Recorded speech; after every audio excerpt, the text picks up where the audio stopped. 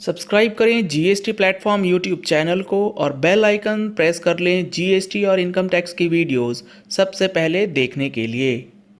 Good morning friends, GST platform के YouTube channel में आप सभी का स्वागत है। जी हाँ फ्रेंड्स, जीएसटी पोर्टल के अंदर आप लोगों को जो टर्नओवर अपडेट करने का ऑप्शन दिया जा रहा है, उसके अंदर एक नया एडवाइजरी जो है वो इशू कर दिया गया है जीएसटी के तरफ से। यहाँ पर आपको अब ध्यान रखना है कि इस एडवाइजरी ने टर्नओवर की कौन सी ऐसी चीजें हैं जिसको लेकर के आपके लिए एक इंफॉर्मेशन जो है वो शेयर की है। अगर आपने हमारी अगस्त महीने की टैक्स मैगजीन को पढ़ा हो तो उसके अंदर भी हम लोगों ने इस नए अपडेट के बारे में आपको बताया है कि किस सिचुएशन में आपको ये फाइल करना है, किस सिचुएशन में आपको फाइलिंग जो है नहीं करनी है, इसका क्या पर्पस है और इसका क्या इफेक्ट होगा। अगर आपने अभी तक टैक्स मैगजीन का सब्सक्रिप्शन नहीं लिया है तो नंबर्स आपको स्क्रीन पे दिए गए हैं, इन नंबर्स पे कॉल करके व्हाट्सएप करके आप टैक्स मैगजीन का सब्सक्रिप्शन करा सकते हैं। अगर आप देखेंगे जीएसटी पोर्टल पे तो यहां आ गया है अब मैसेज कि updating the annual aggregate turnover by the tax payers. काफी लोग ये सवाल पूछ भी रहे हैं कि ये जो टर्नओवर आ रहा है क्या उस फंक्शनैलिटी को यूज करके टर्नओवर को फाइल करना जरूरी है। अगर आप इसकी लास्ट लाइन पढ़ें, यहां बताया गया है, however it has been seen that many taxpayers have used the functionality to modify the aggregate turnover just for confirming it। यानी कि जो टर्नओवर पोर्टल दिखा रहा है अगर वो सही है, उसके बाद भी काफी सारे लोग उसे सबमिट कर दे रहे हैं कि मेरा टर्नओवर सही है, which is not required। लेकिन ऐसा करना बिल्कुल भी जरूरी नहीं है। In the case the aggregate turnover is correct in their opinion, अगर आपको लगता है अपनी कैलकुलेशन के हिसाब से कि टर्नओवर सही है, they are not required to take any action। आपको कोई भी एक्शन नहीं लेना है। ये जो टर्नओवर है ये कैलकुलेट किया जाएगा आपकी 3B के बेसिस पे। अगर आपको 3B रिटर्न, जीएसटीआर 1 रिटर्न और जीएसटीआर 9 की जो ऑनलाइन ट्रेनिंग सेशन 8 अगस्त को होने वाली है यानी कि कमिंग संडे को, उसके लिए रजिस्टर करना है तो सेम नंबर पे कॉल या व्हाट्सएप करके आप वेबिनार का भी रजिस्ट्रेशन करा सकते हैं। अब यहां पर अगर आप देखेंगे तो यहां बताया गया है कि the annual turnover has been calculated based on the return file, क्योंकि जो टर्नओवर है वो कैलकुलेशन होगा on the basis of return जो आपने फाइल की है। द डिटेल्ड एडवाइजरी और उसका जो मेथड है, यानी कि जो टर्नओवर कैलकुलेट करना है और उसके लिए जो 3B फाइल करी गई है या नंबर ऑफ 3B कितनी फाइल करनी चाहिए, उसके लिए डिटेल्ड मेथोडोलॉजी जो है वो बताई गई है ऑलरेडी।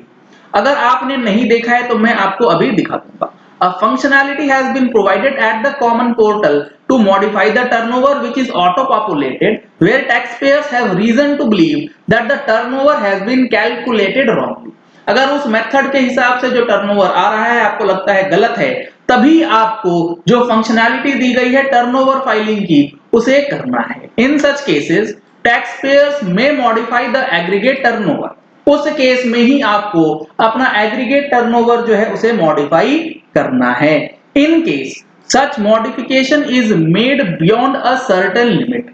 अगर आपने सर्टेन लिमिट के बाद जाकर के, यानी कि लेट सपोज लिमिट करी गई है 50 लाख तक का आप चेंज कर सकते हैं, लेकिन आपने टर्नओवर मॉडिफाई बियॉन्ड 50 लाख कर दिया तो ये टर्नओवर का इंफॉर्मेशन आपके जुरिसडिक्शनल ऑफिसर को भी दे दिया जाएगा और फिर आपकी टर्नओवर का वेरिफिकेशन आपका प्रॉपर ऑफिसर जो है वो कर सकते हैं। तो यहां पर काफी ज्यादा इंपॉर्टेंट हो जाता है कि आपको जीएसटी पोर्टल पे जो नई फंक्शनैलिटी दी गई है उसको किस तरीके से यूज करना है और टर्नओवर को किस तरीके से कैलकुलेट करना है ताकि आपको आगे चल के किसी तरह की कोई परेशानी ना आए।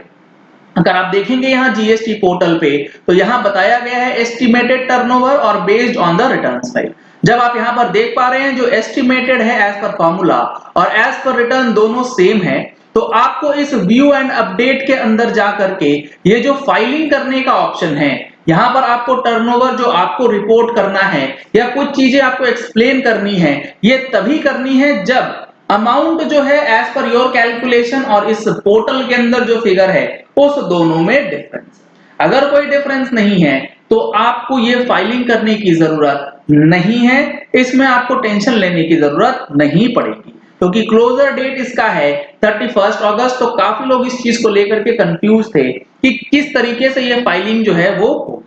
इसी तरीके से अगर आप देखेंगे तो यहाँ पर टर्नओवर कैलकुलेशन मेथोडोलॉजी जो है वो दी गई है कि किस सिचुएशन में कितनी जीएसटीआर 3B को माना जाएगा कि आपको फाइल करना था, और उसमें से कितनी 3B है जो आपने फाइल करी है, और कितनी 3B को नहीं फाइल मानते हुए आपका टर्नओवर जो है उसे एक्स्ट्रापोलेट कर दिया जाएगा।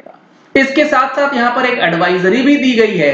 अगर आप इस एडवाइजरी को भी पढ़ेंगे तो यहाँ पर भी बताया गया है कि आप इस टेबल के अंदर जो टर्नओवर आता है उसे एक महीने में 2 बार चेंज कर सकते हैं।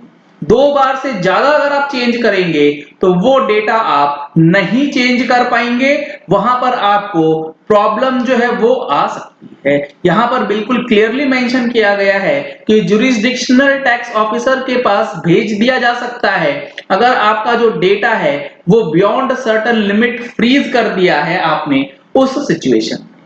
तो ये काफी इंपॉर्टेंट है। इस टर्नओवर वाली टेबल को ध्यान से समझते हुए तभी फाइल कीजिएगा, अदरवाइज इसको फाइल करने की जरूरत अभी नहीं है अगर सारी चीजें ओके। 11 अक्टूबर तक ये डेटा जो है फिर से मॉडिफाई होगा जब सारी जीएसटीआर 1 जो है फाइल हो जाएंगी, क्योंकि सितंबर का डेटा 11 अक्टूबर 2021 तक के पीरियड में अपडेट होगा।